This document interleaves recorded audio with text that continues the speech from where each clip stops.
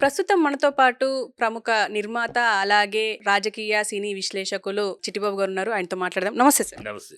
Sir, ఇప్పుడు ఒక వార్త అయితే బాగా వైరల్ అవుతుంది. కాజల్, తమన్నా మీద పాండిచ్చేరిలో కేసులు నమోదయ్యాయి. వాళ్ళకి నోటీసులెళ్ళాయి అని జెప్పేసి అంటున్నారు. ఒక బెట్టింగ్ యాప్‌ని ప్రమోట్ జేయడం వల్ల.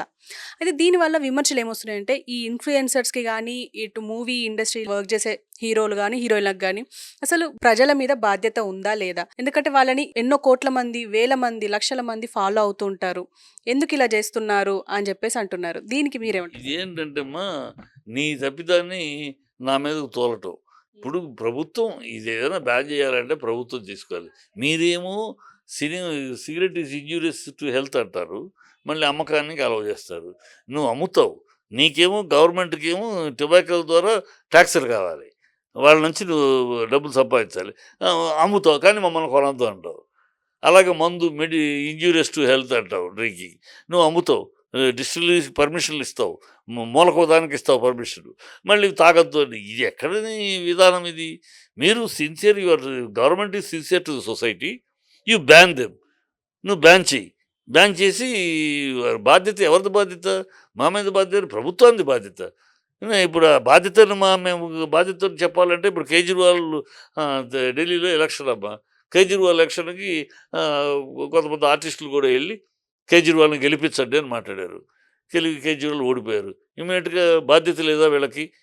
ఆ! ఓడిపోయే అతన్ని గెలిపించమని అడిగారు. బాధ్యత లేదా? ప్రజలు మోసగించటం కాదా ఇది? వీళ్ళ మాట నమ్మి ఓట్లేశారు కదా! మోసగించడం కదా అంటే ఎట్టా అది? ఇది రీజన్ లేదు. మాట వెళ్తే సెలబ్రిటీకి బాధ్యత లేదా? వాళ్ళకి ఇది లేదా? ఇది లేదా? అని ఊరినే ఒక కమెంట్‌గా తప్పితే బాధ్యత ప్రభుత్వానిది. ఇలాంటి ఇది బ్యాన్ చేయాల్సిన బాధ్యత ప్రభుత్వానిది. ప్రభుత్వం చేతిలో ఉంది. ప్రభుత్వం బ్యాన్ చేయండి. ఇలాంటి పెట్టేవాళ్ళు లోపలెయ్యండి. మళ్ళీ వాళ్ళ దగ్గర ఏదో మందుతో ఏదో అందుతుంది. వాడు 6 నెలల్లో ఇంకో రూపం ఎత్తాడు వాడు.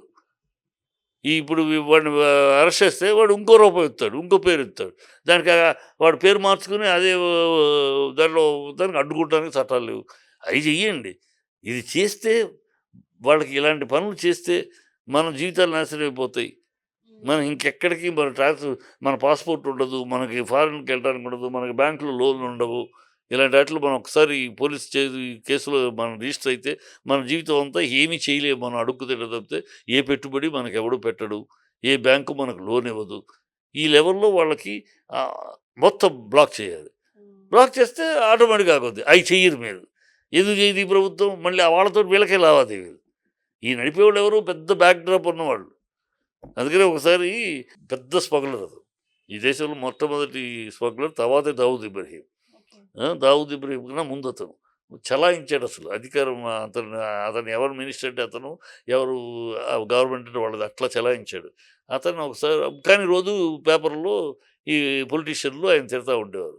ఒకరోజు అడిగారు నేను ఇలాంటి జర్నలిస్ట్, ఏమండి రోజు మిమ్మల్ని తిడతా ఉన్నారు, మీరేంటి పట్టించుకోరా, మిమ్మల్ని ఇంత చేస్తే ఇందులో నిజాలు ఉన్నాయి, సాక్ష్యాలు అంటున్నారు అవి అన్నారు. దాన్ని ఏమన్నాడు తెలుసా? What you know about this politicians? ఈ రాజకీయ నాయకుల గురించి ఏం తెలుసు మీకు? పొద్దున్నే నన్ను తిడతారు, రాత్రి during night time they come with a begging bowl. అదే పొద్దున్నే నన్ను తిడతారు, డే అంతా నన్ను తిడతారు, రాత్రి అయితే అడుక్కున్న బొచ్చితోటి నా దగ్గరికి వస్తారు. అంత డబ్బు కావాలి, ఇంత డబ్బు కావాలి. These are the politicians, why should I care for them అన్నాడు. అది మన దేశంలో రాజకీయ పరిస్థితి. వీళ్ళు తిడతారు, పొలిటీషియన్ పొద్దున్నే మాట్లాడతారు, మళ్ళీ సాయంకాలం అయితే ఈ దొంగలతోటే వాళ్ళకి స్నేహాలు. మనం అన్నట్టు ఓకే. ఈ డబ్బుల కోసము చేస్తున్నారు అంటే చిన్న చిన్న ఇన్‌స్టాగ్రామ్, యూట్యూబ్ ఇన్‌ఫ్లుయెన్సర్స్ చేస్తున్నారు అంటే ఓకే. కానీ పెద్ద పెద్ద యాక్టర్స్ ఇప్పుడు తమన్నా, కాజల్ లాంటి వాళ్ళకి మంచి బాధ్యత గల అంటే మంచి యాడ్స్ రావడానికి ఉంటది. బ్రాండ్ అంబాసిడర్‌లుగా ఉండడానికి ఉంటుంది. అలాంటిది వీళ్ళెందుకు ఇప్పుడు అజయ్ దేవగన్ తీసుకున్న గుట్కాలని అంటే చేస్తారు. మహేష్ బాబు పాన్ మసాలా ఇలాంటివి ఎందుకు చేస్తున్నారు అని చెప్పేసి విమర్శలు. ఏం పాన్ మసాలా నువ్వు అమ్ముతున్నావు, నేను చేస్తున్నానమ్మా. ఇది బ్యాన్డ్ ఐటెం కాదు కదా. నువ్వు బ్యాన్డ్ ఐటెం అయితే నేను చేస్తే తప్పు. వెన్ యూ బ్యాన్ ఇట్, ఏమన్నా అలానే బ్యాన్ చేసిన ఐటము దానికి మీరు ప్రమోట్ చేస్తే ఎట్లా అని అడగాలి. నువ్వు ప్రమోట్ చేస్తూ దాన్ని నేను చెప్తే తప్పు అంటావేటి? అంటే ఇప్పుడు బెట్టింగ్ యాప్‌లు అయితే బ్యాన్ చేసినాయి. అలుగుతున్నాయి. బ్యాన్ కాదుగా. ఇక్కడైతే ఇల్లీగలే కదా సార్. ఇక్కడ ఇల్లీగల్. బిట్టు కరెన్సీ ఇల్లీగల్ కాదు. మనం కూడా జరిగింది కదా. ఇల్లీగల్ కాదు. ఇల్లీగల్ అని అనఫీషియల్గా ఇల్లీగల్ అంటున్నారు, లీగల్గా ఇల్లీగల్ కాదు. వాళ్ళు లైసెన్స్ లైసెన్స్ ఎవరు ఇస్తున్నారు వాళ్ళకి? లైసెన్స్ తోటి నడుపుతున్నారు కదా వాళ్ళు. బెట్టింగ్ యాప్ అనేది ఇది లైసెన్సు. అందుకని ధైర్యంగా వాడు నీకు నాకు కూడా పంపిస్తాడు, వాడు నీకు కూడా పంపిస్తాడు కదా జాయిన్ అని, వాడు రైట్ రాయల్గా పంపిస్తున్నాడు. ఇది ఎవరు ఇస్తున్నారు లైసెన్సు? మేము లైసెన్స్ ఇచ్చేస్తాం, తర్వాత మీది బాధ్యత ఎట్లా? అందుకని ఈ గవర్నమెంట్, ఈ ప్రభుత్వం ఆది నుంచి కూడా, ఇవాళ కొత్త కాదు, ఈ ఆది నుంచి కూడా ప్రభుత్వం ఈ హిపోక్రసీలో నడుస్తుంది. కూరగాయలు కల్తీ జరుగుతున్నాయి, మెడిసిన్స్లో పర్మిషన్ ఇస్తాను, నువ్వేగా ఇస్తున్నావు పర్మిషను. మాకు మెడిసిన్స్ కల్తీ జరిగేట్లు నీది కదా బాధ్యత. ఎప్పుడో ఒకసారి వాడెవడో డ్రగ్ ఇన్స్పెక్టర్ వెళ్ళి పట్టుకునేదాకా అసలు మ్యానుఫ్యాక్చరింగ్ దగ్గరే పట్టుకోవాలి కదా. సప్లై చేసి వాడు మ్యానుఫ్యాక్చర్ చేసి అక్కడికి వెళ్ళి ఇక్కడికి వెళ్ళి నీకు దగ్గరికి వెళ్ళి నా దగ్గరికి వచ్చినాక నా దగ్గర ఎక్కడో దొరికితే నన్ను అరెస్ట్ చేస్తావా? అసలు అక్కడ మూలం కదా పట్టుకోవాలి.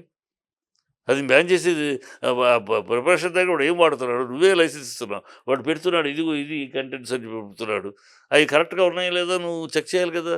చెయ్యవు. అక్కడికి వెళ్తావు, నీ ఆఫీసర్ డబ్బులు తీసుకుంటాడు, సంతకం పెట్టేసి వస్తాడు, వాడు ఏమైనా చేస్తాడు, పౌడర్ చాక్ పౌడర్ కూడా వేసేస్తాడు, మెడికల్ చేస్తాడు. తర్వాత దొరికినప్పుడు ఆ మ్యానుఫ్యాక్చర్ వాళ్ళు బ్యాన్ చేస్తారా వీళ్ళు చేస్తామంటారు. ఒక 6 నెలలు ప్రజలు మర్చిపోయేదాకా మళ్ళీ తర్వాత వాడు రిన్యూ చేస్తారు లైసెన్స్, వాడు పెనాల్టీ కట్టాడు. ఈ దౌర్భాగ్యం అనాది నుంచి జరుగుతుంది మన దేశంలో. ఇప్పుడిప్పుడే కొంచెం తగ్గుతుంది. ఇంకా ఈ మోడీ అనే వ్యక్తి ఇంకో 10 సంవత్సరాలు ఉంటే, ఈ రాజకీయంలో ఉంటే ఇవి కూడా తగ్గుతాయి.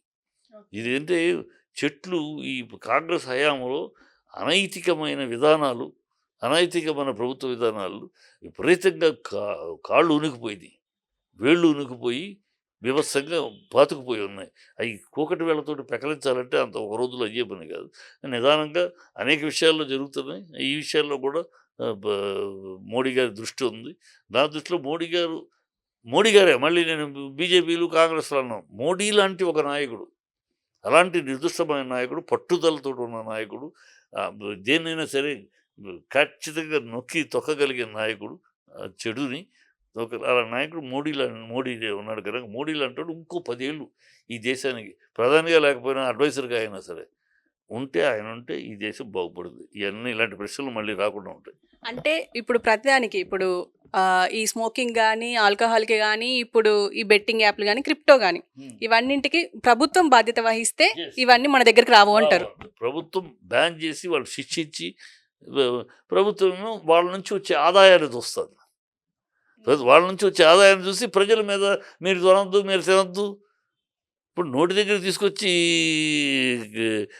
కల్తీ చాక్లెట్, చింతపండుతో చేసి చాక్లెట్ను పర్మిషన్ ఇచ్చి రెడీ చేయడానికి, అది వాడు క్యాడ్బరీ చాక్లెట్ అంటే అది చింతపండు లోపల, దానికే నువ్వు పర్మిషన్ చెక్ చెయ్యు, ఏమి చెయ్యు, డబ్బులు తీసుకొని పర్మిషన్ ఇచ్చేస్తావు, వాడు చేసేస్తాడు. అది తీసుకొచ్చి నోటి దగ్గర ఇది చింతపండు తినకూడదు నువ్వు అంటే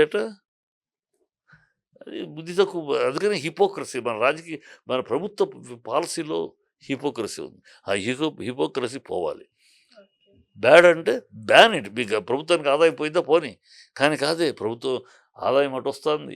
మళ్ళీ వీళ్ళు సిగరెట్లు తాగేవాళ్ళ నుంచి ఆదాయం వస్తుంది, వాడు సేల్ చేసేందుకు వాడు కడతారా ట్యాక్స్. ఇవన్నీ కావాలి. ప్రభుత్వాలని ప్రజల నుంచి దోచుకోవాలి. ఇవన్నీ మళ్ళీ నింద ప్రభుత్వం మీద వేయటం, ప్రజల మీద వేయటం. ఈ చెప్పు తీసుకున్న ఈ పాలసీలు మనం ఏం చేయలేము, దరిద్రం. అది కాంగ్రెస్ అలాంటి ఒక డొల్ల పాలసీలకి అవకాశం ఇచ్చేసింది. అది ఇప్పుడు ఒకటొకటి కోలుకుంటున్నాయి. ఇంకా నేను కాంగ్రెస్ను వ్యతిరేకించేది ఎందుకు, చిన్నప్పటి నుంచి ఈ కాంగ్రెస్ అనేది నా దేశ వ్యక్తిత్వాన్ని నాశనం చేస్తుంది, నా దేశం యొక్క నిజాయితీని నాశనం చేస్తుంది, నా దేశం యొక్క ఆత్మగౌరవాన్ని నాశనం చేస్తుంది. ఇది డబ్బులు దోచుకుంటే ఇవాళ రేపు కక్కిస్తాం, కానీ వ్యక్తిత్వాన్ని కోల్పోతే దేశ వ్యక్తిత్వాన్ని కోల్పోతే కోలుకుంటానికి ఒక 7 తరాలు పడుతుంది. అది కాంగ్రెస్ ఈ దేశానికి చేసిన ద్రోహం.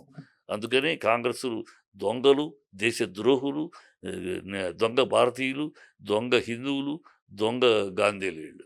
ఈ కాంగ్రెస్ని అందుకే వ్యతిరేకించింది. కాంగ్రెస్ ఈ దేశాన్ని భ్రష్టు పట్టించిన దురదృష్టం ఏంటంటే, కాంగ్రెస్ అనేది ఎక్కడి తురువులు ఎక్కడి ములుచులు ఎక్కడి భ్రష్టులు ఎక్కడి జస్టులు ఎక్కడి నష్టజాతకులు, ఈ కాంగీయిస్టులైన కమ్యూనిస్టులు నా జాతికి శాపం. Okay sir, thank you sir, thank you.